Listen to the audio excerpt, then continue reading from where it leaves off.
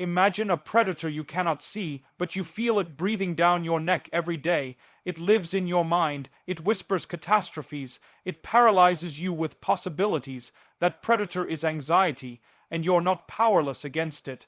Anxiety grows in the shadows. The more you avoid it, the more powerful it becomes. Avoidance is a contract with fear.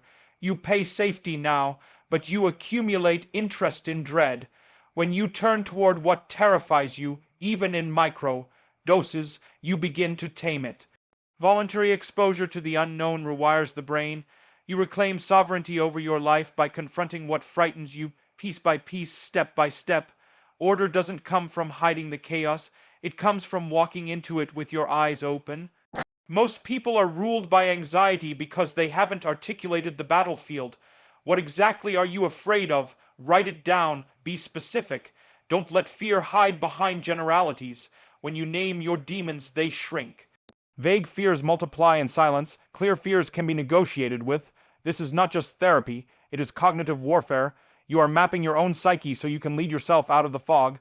Clarity is the antidote to confusion. The more you understand your fears, the less they dominate you. An anxious mind often floats above a disordered life. Clean your room, set a routine, take care of your body. These are not cliches. They are sacred rituals. They build structure where chaos wants to breed. When your physical and psychological environments are fortified, anxiety loses its foothold. Small acts of order create ripples of stability. You cannot fight dragons when your sword is dull and your armor is broken. Discipline is not repression. It's the scaffolding that lets your mind breathe. Anxiety is often the result of living without direction. When you lack purpose, everything becomes a threat. But when you choose a meaningful goal, one worthy of sacrifice, anxiety becomes fuel. The fear doesn't vanish, but it's dwarfed by what you're striving toward. Pursue a path that's noble enough to suffer for. Then your fear becomes secondary. Anxiety cannot hold hostage the person who knows what they are aiming at. The antidote to anxiety is not comfort, it's meaning. You are not fragile. You are capable of bearing more than you can imagine. The key is not to erase anxiety, but to learn to carry it with strength, with strategy, and with a soul lit on fire by purpose. So, face the dragon, map your fears, build your fortress, and walk boldly toward what matters most. Because on the other side of anxiety is freedom. Anxiety feeds on avoidance. The more you sidestep what makes you uncomfortable, the more it grows in the background, like a shadow that stretches in the absence of light. It's not just emotional, it's neurological. When you retreat from something that causes fear, your brain learns a dangerous lesson. That thing must be overwhelming, and I am too weak to handle it.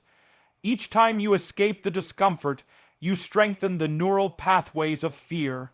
You teach yourself that your inner world is not navigable, that the chaos outside is stronger than the order within. But there's another path. The ancient and eternal strategy is to face the thing that frightens you voluntarily. You don't wait until you're forced, you choose to step forward. That's what transforms you. There's a stark difference between being thrown into a storm unprepared and walking into it with resolve. When you approach the sources of your anxiety by choice, you engage your prefrontal cortex. You activate the part of your mind capable of reason, strategy, and courage. The emotional brain still sounds the alarm, but the rational self takes the reins. This is not about reckless confrontation. It's about calibrated exposure. You take something that provokes anxiety and you break it into manageable pieces. You expose yourself to a small dose of discomfort, one you can handle, and you endure it. Then, as your system calms, your brain updates its map of reality. You realize, I can survive this. I am not as weak as I thought. And that realization spreads. Like warmth through frozen limbs, you expand the boundaries of your competence. You transform the unknown into the known. You integrate what was once chaos into your domain of order. This is the path of mastery, and it's ancient. Warriors, philosophers, saints, they've all known it. If you do not face what terrifies you, it will rule your life from the shadows. But if you do face it even a little, you change the entire dynamic. The dragon shrinks, your spine straightens, and most importantly, you begin to believe that you have agency. Anxiety wants you to freeze, to flee, to fold. But you are not a slave to biology. You are a conscious, willing agent, and the voluntary confrontation with fear, that's not just therapy, that is transformation. That is the beginning of becoming someone who is stronger than what they fear. One of the most dangerous things about anxiety is its vagueness. It doesn't always announce itself with clarity or precision. Often it arrives as a fog, a suffocating sense of dread with no defined shape. You just feel uneasy, tense, threatened, but you can't quite articulate why. That lack of clarity makes it harder to challenge. You cannot fight what you cannot see. So the first step in disarming anxiety is this: bring it into focus. Map the terrain of your mind, turn the unknown into the known. Start by asking a brutally honest question. What exactly am I afraid of? Most people never do this. They let their anxiety swirl around them like a storm cloud without ever pausing to analyze it. But when you take the time to write down your fears, on paper, in ink, you start to extract them from the chaos of your subconscious. That simple act of articulation shifts the power dynamic. Vague fear is tyrannical, defined fear is manageable. Suppose you're anxious about your job. What precisely is the fear? That you'll fail a project, that your boss will disapprove, that you'll be fired and won't be able to pay your bills. Keep asking, keep digging. Name the consequences.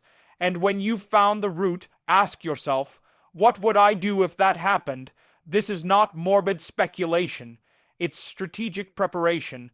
It's your mind training for the worst so it can handle the present with more stability. This process of mapping your fear is not just therapeutic. It's an act of strength. It requires intellectual honesty and emotional courage. It means facing uncomfortable truths and rejecting the seductive lure of avoidance. But once your fears are outlined clearly, they become measurable. You can assess the likelihood of the outcomes. You can brainstorm solutions. You can test reality rather than live at the mercy of imagined catastrophes. There is also a deeper reason this matters. When you define what you're afraid of, you begin to learn something vital about yourself. Your fears often reveal your values. If you're afraid of rejection, you likely crave connection. If you fear failure, you probably care about achievement. So as you sketch the contours of your anxiety, you also uncover parts of your identity that have been buried beneath panic. By mapping your inner terrain, you do what the explorer does in the wilderness. You create a chart so you're not lost in the dark. You move from being a victim of chaos to becoming a navigator of it. Anxiety doesn't only live in your thoughts. It thrives in disarray. When your environment is chaotic, when your habits are undisciplined, and your daily routine is undefined, you create fertile ground for anxious thoughts to multiply. It's not always some deep psychological trauma causing your anxiety. Sometimes it's the mess in your bedroom. Sometimes it's the fact that you haven't slept well in weeks, or that your diet consists of sugar, caffeine, and adrenaline. We like to think of anxiety as a purely mental struggle, but that is a dangerously incomplete perspective. The mind is not separate from the body, and the body is not separate from the world you inhabit. This is why the first battleground is often the most basic, your physical space and your daily structure. When you organize your room, you are sending a message to your nervous system. This is a place of order, not chaos. It might seem trivial, folding clothes, making your bed, cleaning a desk, but these actions matter more than most people understand. They are symbolic acts of control. They reinforce that your behavior has impact, that you are not helpless. And every time you bring order to a small corner of your world, you reclaim a piece of yourself from anxiety's grip. The same principle applies to your routines. If your sleep is erratic, your mind will be foggy. If your diet is unstable, your blood sugar crashes will mimic panic. If you never exercise, your body stores tension with no outlet. These are not moral failings, they are physiological vulnerabilities. But the good news is that you can do something about them. When you anchor your life in habits that promote stability, consistent sleep, nourishing food, movement, sunlight, you build a foundation that anxiety struggles to shake. This is not about control for the sake of rigidity. It's about constructing a platform of predictability so your brain can stop scanning for danger 24/7. You cannot think clearly or act courageously when your basic systems are crumbling. That's why anxiety often attacks people who live in chronic disorder. It's not just emotional instability, it's a reaction to life being out of sync. Start with what's within reach. Clean the corner of your room. Go to sleep at the same time tonight. Drink water. Move your body. These are the first lines of defense. They are also the first signs of responsibility. And when you show up for yourself in these small, quiet ways, anxiety begins to lose its place as the dominant voice in your life. When anxiety takes hold of a person's life, it often coincides with a loss of direction. A drifting mind is a vulnerable mind. Without something meaningful to aim at, every minor threat feels overwhelming. Every uncertainty becomes a crisis. Anxiety thrives in a vacuum of purpose. The moment you stop moving forward, when you no longer know why you're doing what you're doing, fear becomes the dominant force in your life. You start asking the wrong questions. What if I fail? What if people judge me? What if everything falls apart? But those questions only echo in the absence of a better one. What am I willing to pursue no matter what? You need a goal. Not just any goal, but one that is difficult, noble, and deeply personal. Something that calls out to the best part of you.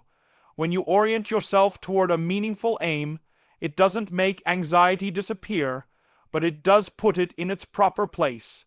You stop being consumed by fear and start being guided by vision. The fear is still there, but now it has to compete with something stronger: hope, determination, or reason. You must choose a direction that justifies discomfort. That's what meaning does. It makes suffering bearable. Without it, even small challenges feel crushing. With it, even enormous obstacles become purposeful. Anxiety is no longer the enemy. It becomes a companion on the road to something greater. You don't eliminate the fear. You learn to carry it because the destination is worth the burden. This is why drifting through life, living passively, seeking only comfort, is so dangerous. Comfort feels good in the short term, but it leaves your soul empty. It weakens your spirit, and the moment life becomes turbulent, and it will, you're left exposed, unanchored. But when you live with purpose, you gain armor. You wake up each day not wondering what you're avoiding, but focusing on what you're building. You don't need to have everything figured out. You just need to aim at something that matters more than your fear. Let your actions be aligned with your ideals. Let your sacrifices be made for a cause you believe in. Anxiety cannot dominate the person who knows what they're fighting for. You don't need to be fearless. You need to be guided by something more powerful than fear. That is how anxiety loses its authority, not through escape, but through meaning. You were not born to be ruled by anxiety. You were not built to cower before imagined futures or to suffocate beneath the weight of what-ifs. The truth is harder and more liberating. Life is difficult, chaos is real, and fear is part of the deal. But what you are, fundamentally, is something capable of confronting that chaos and forging something meaningful from it. Anxiety becomes unbearable when you believe you are helpless. But the moment you accept your responsibility to act, to confront, to clarify, to build, and to aim, you begin to reclaim your power.